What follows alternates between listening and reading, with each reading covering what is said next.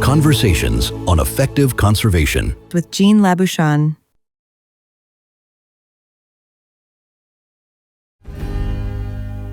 Thank you very much, Ignacio.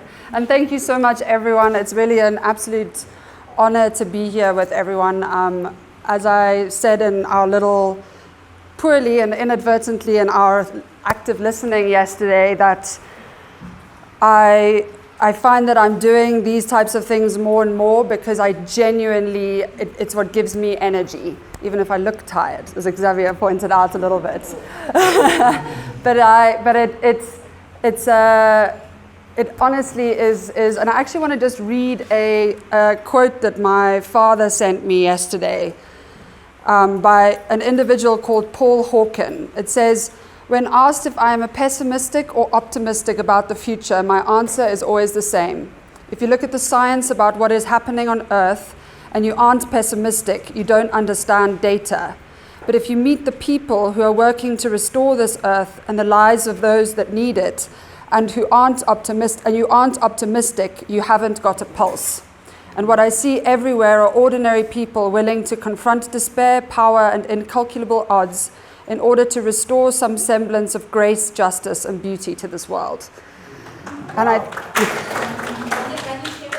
absolutely, yeah. I have quite a few quotes and things. Some father you have there. Well, there's a combination of father and husband, but it's. And I think and so that's just to say that it really, really is an honor for me to be here because it really is, it just gives me such energy. So as Ignacio said, I'm going to spend this next hour I'm going to talk about my own personal journey, and then the second half of the first hour will be around African parks more broadly. And I think in the guidance that Ignacio had given me, it was to give a little bit my professional journey within conservation. I've taken it a few years back because, my boss often says I have, I've been working in conservation for 15 years, but I have 32 years of experience or something. I can't remember how he phrases it, but it's because I was effectively born and brought up in it. And I've been watching and learning since I was a small child. And I think it's important to show that full journey because it's such a part of why I am here today and why I effectively do what I do. So you're going to see a lot of pictures of me as an awkward looking little child.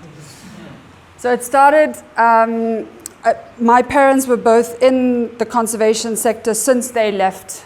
My father didn't do university, but my mother did. She was actually one of the first women to study conservation in South Africa. And both of them went into conservation from age of sort of in their early 20s. And a lot of it was in protected area management and financial and technical support in Southern Africa.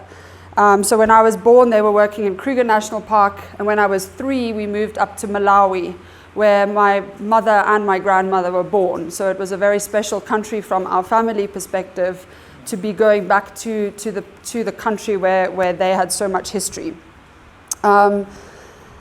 We spent 5 years in a small national park called Liwonde National Park, actually working for one of the founders of African Parks, Dr. Anthony Hall Martin, who many of you may have heard of. He was an amazing conservationist and ecologist.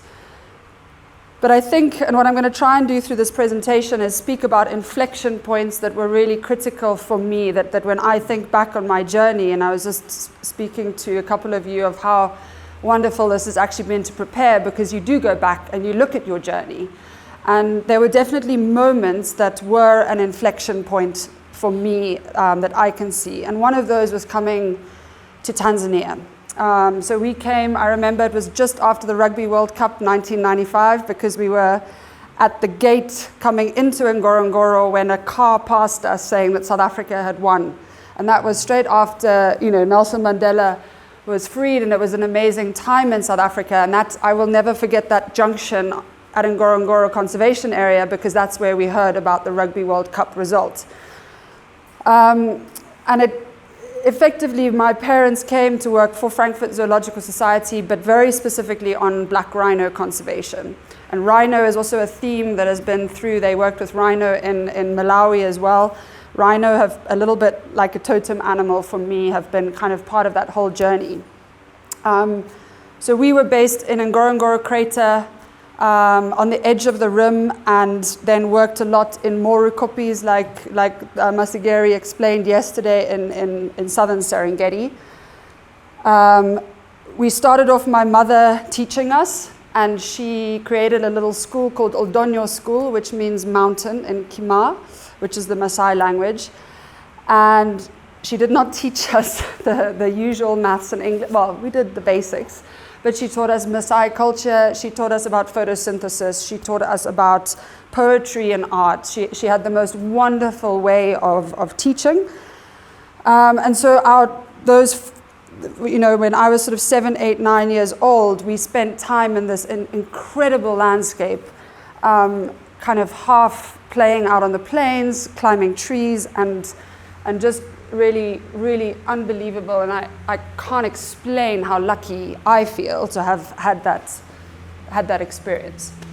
And so much of it is because of those two. And that's my sister, Zan. She also works in conservation with Frankfurt Zoological Society in northern Zambia in a park called Nsumbu. But my parents really had the most incredible way of embedding into a community and to working. My father, he typed with 3, not even left fingers. I don't know how he typed, but he didn't know how to use a computer. He was 100% a people's person. He was out in the field the whole time. He was connecting with people. He was talking to people. He was leading by example.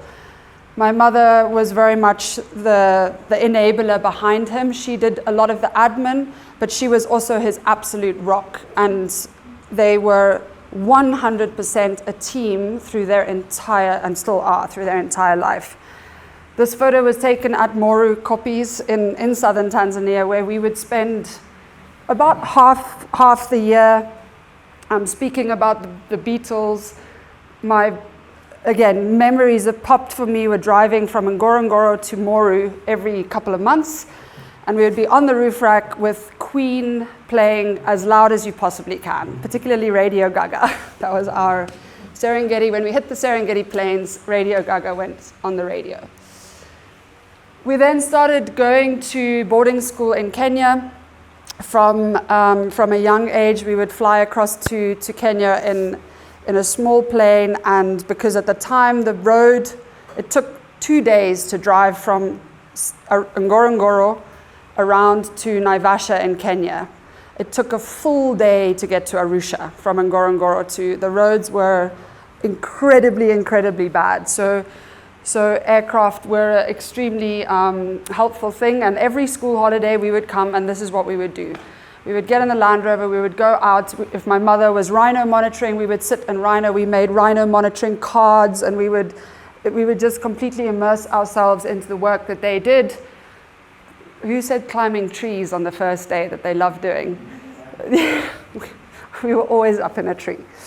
But also very much involved, as I said, with what they did. And, the Moru kopis, that whole center that they set up, the systems they put in place, the information things that they did, I think it was the first time that I at least really saw the power of what you can do if you are building and living with a team on the ground. And I watched my father build that entire thing with that team. My mother painting signposts. We got an artist in. It was such an amazing collaborative experience. And so Moru and that rhino project for me was I think a very defining moment. We then had, again, inflection point. We were working in Ngorongoro, and there was a rhino named Amina, I think her name was, and she was poached very close to where the little cabin that we used to stay in the bottom of the crater. And she left behind a 9-month-old calf called Richard. And at the time, there was no veterinarian around, so we effectively, well, not we, but my parents, and the only people who were brave enough to do this were the 2 Maasai trackers that worked very closely with my father. they basically caught this young rhino with a lasso because there was no vet around. And we had about a year of being with Richard. And he was an amazing, amazing animal. And sorry, I get very emotional. But we spent a lot of time with him, with the Maasai, and we then eventually, through this organization called Freunde de Serengeti, we swapped him for 2 female rhinos from South Africa. And it was the first time, I think, that there had been kind of translocation work done in Tanzania. This was him, we were crate training him, so we would put the crate at his little boma so that he would start to get used to walking into the crate. And then we eventually loaded him up. This was still at the bottom of the crater. We loaded him up and we put him on a truck and drove him to Usa River, which is just outside Arusha in Arusha National Park. This is Sauti Ndogo. He was the Maasai who looked after Richard for the whole year and a half. And my sister and I driving through Arusha with this big crate that nobody knew what it was, but we still thought this was the greatest day ever. So Richard then went to a reserve in South Africa where he was for a very long time, the dominant bull. And he thrived. He did so well. The 2 females came out to Ngorongoro. They tried to walk out a few times, and Queen came back in with my dad, blaring Queen, and trying to get them to go back down into the crater. So it was a bit of a tough translocation, but it worked. But I think it was, again, a defining point for me because it was really seeing kind of that conservation in action, being very involved with it, watching the trucks being loaded at 2 a.m. because they had to drive all the way back to Arusha and that whole piece. And I think it was around this stage that I decided I did not want to be an archaeologist anymore, which was my first choice, but I wanted to go into conservation. We then moved on to a different project in Western Serengeti in Grumeti. This was more in my late teenage years, kind of starting university. And this is Gutera. He's an amazing ranger. I don't know if he's still there, Masigeri, but he really, again, every university holiday, my sister and I would be out spending time with him, engaging with him. And it was effectively there where I went into conservation ecology. That's what I studied at Stellenbosch University. But in many ways, I know you need to get a degree because you need the piece of paper, but it's everything that kind of comes before and after, which is really where you do the learning.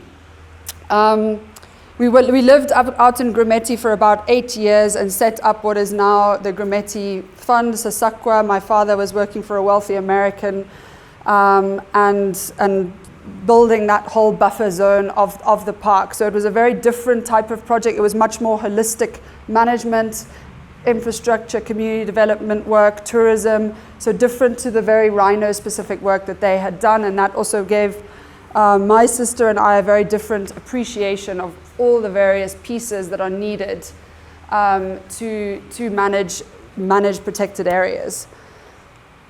When I finished school, so before university, I decided to do a gap year, and it's a little bit part of when we do some of what my advice and learnings are, is a little bit to what you and I said on the first day, Ignacio. I personally believe that there is so much strength of having diversity of interests, diversity of perspectives, seeing places. Of course, you have to have the means to do that, but even just in what you read, what you watch on the internet, get out and read a book about the Beatles or understand business principles from a certain business or whatever.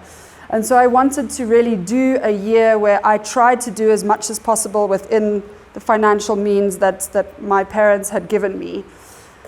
And I did a number of different things in that, just whatever person I met who had a job for a month or 2 months, no matter what it was, I went and did it. But the one that, again, an inflection point, I think, for me was that I went, and that dot isn't quite in the right place, but it's Eastern DRC.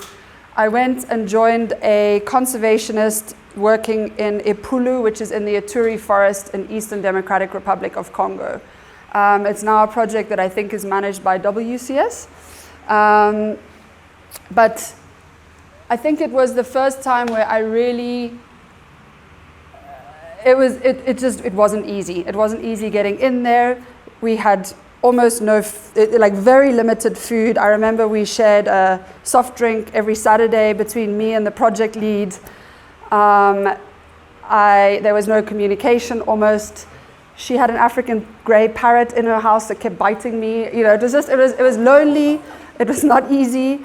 But I think it was the first, I'd had an amazing childhood, but it was the first time where I pushed out of my comfort zone significantly. And I think for that, this was getting out from deep in Ituri forest to get out to Beni was a 13-hour ride on the back of this motorbike on roads like that. I nearly got arrested because they thought I was smuggling weapons because my bag happened to be long. And they actually found my bird book in the bag. And then they said, after they'd emptied it out in front of everyone, and then they said, "Oh, you're a student." So I just said, yes, I'm a student. They're like, "Oh, fine, keep going." So bird book saved my life, or not my life, but my troubles. But it wasn't easy, and I know a lot of people have this every single day of their life, and I'm coming from a place of privilege, but for me, this was a step out of my comfort zone. And it enabled me to see Okapi, which, if you can ever see an Okapi in your life, it honestly is the most unbelievable animal in the world. But it gave me that appreciation of breaking out of the sort of Southern African, East African comfort zone, and going and stepping into a little bit the central Francophone Africa, which is so different from East and Southern Africa. After my gap year then, as I said, I went and did conservation ecology at university for 4 years, and there's no photos of that. But it was a good couple of years. And then I decided that I wanted to actually do something completely different from conservation. I just wanted to step out, was my first objective, and my second objective was to make some money, because I knew that it was going to be difficult to get into the conservation world with no experience and get a job. So I knew that volunteering is often a very good way of stepping into a space, especially if you want to go somewhere specific or you want to do something specific. So I wanted to find a way to make money. And so I decided to go and work on the super yachts, which at the time was something that, as a South African, and I think there's a lot of Australians that do it, there's a lot of British people that do it or did it. It was, again, completely out of my comfort zone. You effectively arrive in south of France, you go and stay in a hostel with 30 other people in your dorm room, all looking for the same job. And you've basically got to walk the dock, so where all the ships and the yachts are lined up, and you have to beg for work. You have to literally go and press the button and say, "I'm sorry, do you have a job for me?" And I did that for about a month, and I think you and I were talking about it. It was an extremely humbling experience, because you are, again, it's uncomfortable, effectively, going like line, 5 in a row, saying, "Please, can I have a job?" "No, sorry, we don't have a job," and you keep going. But I think it was on Buccarella, this was actually the exact boat that I worked on, owned by Russians, so not easy. In the year that I worked there, I was the only one that lasted the full year. There was extremely high turnover. They would spend 30 days at sea. You would never go onto dry land, and so it was just incredibly difficult working conditions. They never mistreated us. We were treated well, but it was just really long hours, really difficult working conditions. And I stuck it out, and by the end of it, I was effectively the chief stewardess on the boat. So it was the first time that the credibility piece and moving into almost a leadership at a micro level leadership position, I think this was my first taste of that. And I brought it in because even though I came out knowing exactly what I don't want to be doing in life, I had an appreciation for the hospitality sector. I keep my hotel room a lot cleaner when I leave it now, because I was literally cleaning toilets and ironing sheets and doing laundry, and that is what you're serving food. And so I built an appreciation. I learned about hard work and long hours, and also to step up and sometimes to push through those difficult times, because it isn't always easy. But then I decided I didn't want to work on a super yacht. But I did save some good money, because you do get paid very well, and so I was able to then join my parents, who had since then moved up to Zakouma National Park in Chad, a country that we most of us had not really heard of. And I remember my mother reading The Lonely Planet, and it said something like, on the first line was, if you've never been to Africa, then don't start with Chad. And none of us spoke French. None of us had ever been up into North Africa, other than a holiday to Mali, which we had done, and Tunisia and things like that. So we found ourselves as a family going up to Chad, and I then joined them as a volunteer. And so because I'd saved some money now, and this was all with African Parks. So African Parks signed the management partnership for Zakouma, and I'll get into a little bit our model in the AP section. But they signed that management partnership in 2010, and in 2011, I then went to Zakouma, not 2011, 2012, I went to Zakouma as a volunteer to kind of help them in their first year or two of the project. Chad is a country of complete contrast. So this is Zakouma in the wet season. This is Enedi up in northern Chad, which, if there was one place left before I were to die, I would go to Enedi. It is the most incredible place, in my perspective, on planet Earth. And it was really, really hard in the beginning. We didn't speak the language. It was a completely different culture. But it is honestly one of the most incredible countries. The people are unbelievable. It's a world that we had never encountered anything like that. And I think Chad, if there was any inflection point on the journey, experiencing Chad and being able to see and engage with the people in Chad was really one of the most special times.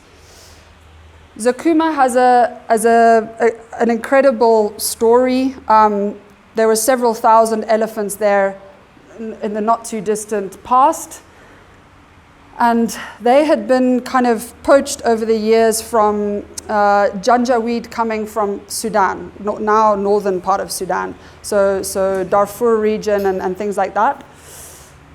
They would hunt only with spears because it was before firearms. So the elephants they're not really in that shape here, but they would go into like a bait ball of sardine. They would all come into one herd, and they would put the young in the middle. And the horsemen with spears would then often only be able to get one or two on the outside, but the elephant herd protected each other. And so they had this incredible habit of coming together into a bait ball of elephant. And you can imagine then what happened when AK-47s entered Africa.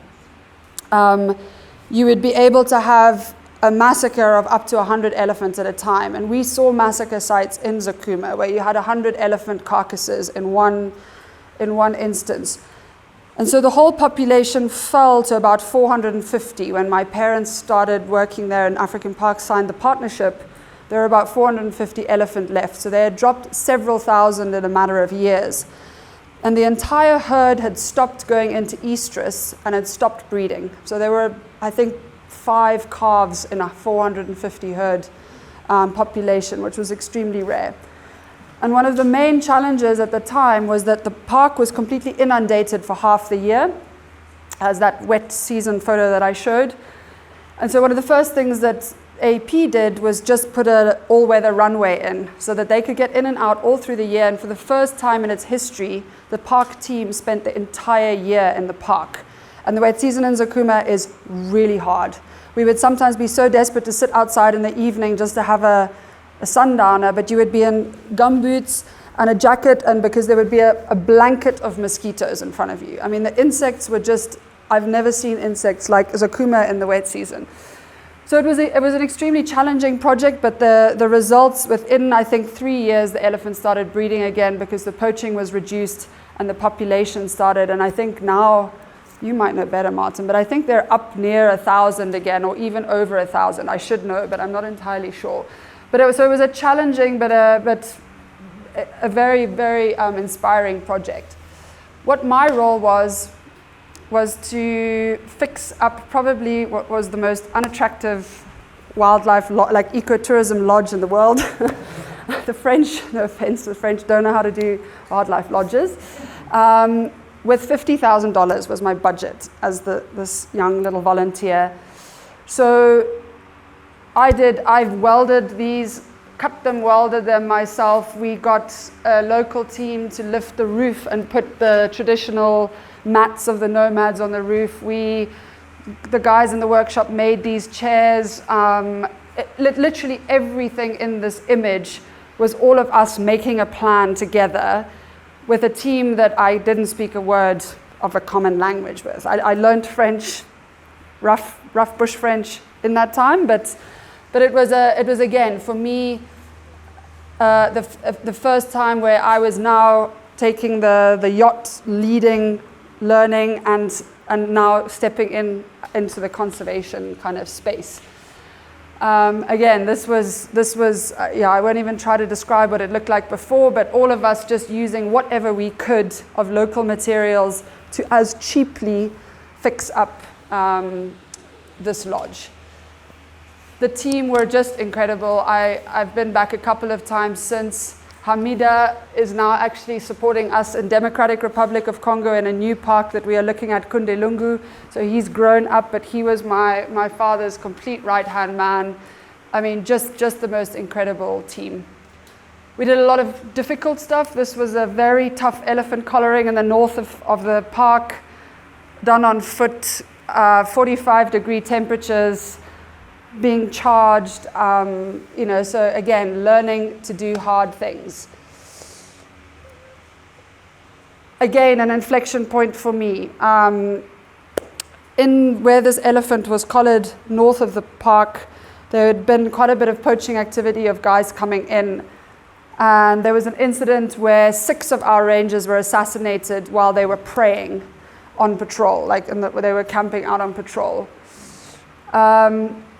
And that was, I think, again, when I say an inflection point, it was the human cost that comes from some of these areas that we're working, but also just the human element.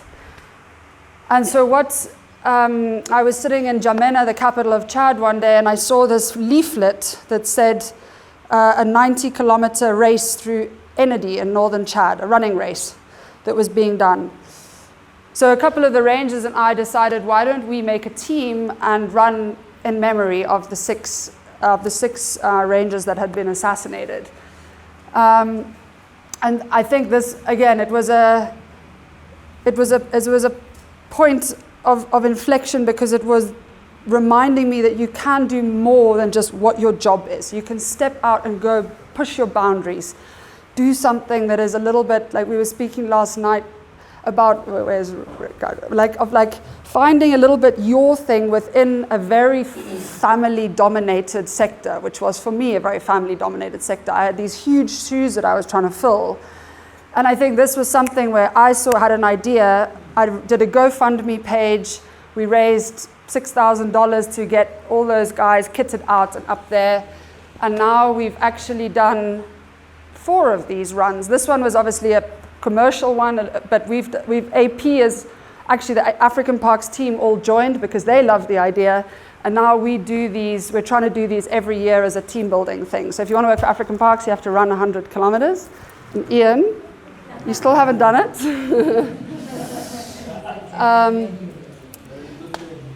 The other thing I did was, there was almost only Tinga Lodge, the lodge that I showed you, but there was no other tourism product. And so many people wanted to be out and experience Zakouma. And my sister and I actually then decided, well, why don't we just take a little camping bed. The only linen was bright blue and bright pink. There was nothing else. And 4 bamboo poles and a mosquito net. And we started doing trips with kind of key guests and donors who wanted to spend time in the field. And I then when I decided I wanted to move on from Zakouma, I went down to our head office. When I was on leave, I just asked the team if I could pop in because I wanted to show them something. And I had a presentation for Camp Nomade, which is now the camp in Zakouma. It was a presentation to do an actual tented camp in Chad. So I was effectively asking for a job, but also putting on the table what I hoped would be the solution to the job that I was asking for. African Park said, that's a fantastic idea, but we would actually rather like you to go up into Garamba and DRC. Camp Nomade did end up being built, but by somebody else. And I then went up to Garamba, where Martin is currently working. Garamba, also an elephant story. Elephant grass, which is about 3 meters tall, but a troubled elephant history, also thousands and thousands of elephants. And in the first year when I was there, we lost 142 elephants in 1 year. This was a group of 8 that had been shot by helicopters coming over the park. There was a lot of LRA activity and a lot of helicopter activity in the region. And so, yeah, again, I think that elephant story from Zakouma and coming into Garamba, I'd say of all of my learning experiences, Garamba was the hardest. It was the 4 years that was 50 times more valuable for me than 1 year at university. I think within my first 12 hours, I was ordering containers of avgas from Poland and trying to figure out how to code radios, and I was just completely thrown into the deep end. It was a really tough time after a lot of insecurity in the region, and yeah, just really not easy. Having to figure out a lot on my own, really just every day I was Googling how to do something every single day. But I think in it all, and this is for the women in the room, I always tried wherever I was to make a home that I loved and was comfortable. I lived in a really, excuse my language, crappy tent that was falling apart because we had a limited budget and we were still coming through difficult times. But I managed to really kind of make a home, and I think that was a lesson that I carried throughout. Again, just the people is what makes it. Some of these people I still regularly talk to. I was with Guy on the right, who was my right-hand person in Garamba, just recently in Liwa Plain. He's now a park manager here. He was kind of an assistant field ops manager, so he's just, Blaise is now head of law enforcement. Komerwa, yeah, lost his arm, and that was a really tragic moment, but he just picked up, carried on, and was really, really inspiring. I then traded these types of offices for the wonderful skyline of Johannesburg. And so I joined then the African Parks head office. Actually, I got the call from Peter Ferned when I was sitting in this house here. I was here on holiday, and he said, we need a new conservation development director. And I said to him, I'm coming from, in Garamba, I was what we called a special projects manager. I'd eventually had to step in a little bit as a park manager role because our park manager was really unwell. And Garamba had enormous challenges and had to very quickly step into a leadership position. But I felt really like I would be an imposter if I joined head office as a a conservation development director. And Peter said, I know that you are going to have confidence issues stepping into it, but I also know that you will get into the flow of it, and I have full faith that you'll be fine. And so there was an amazing trust from him, and I will always be grateful to him for just believing in me and having faith in stepping into that position, which was a huge shift on what I had done.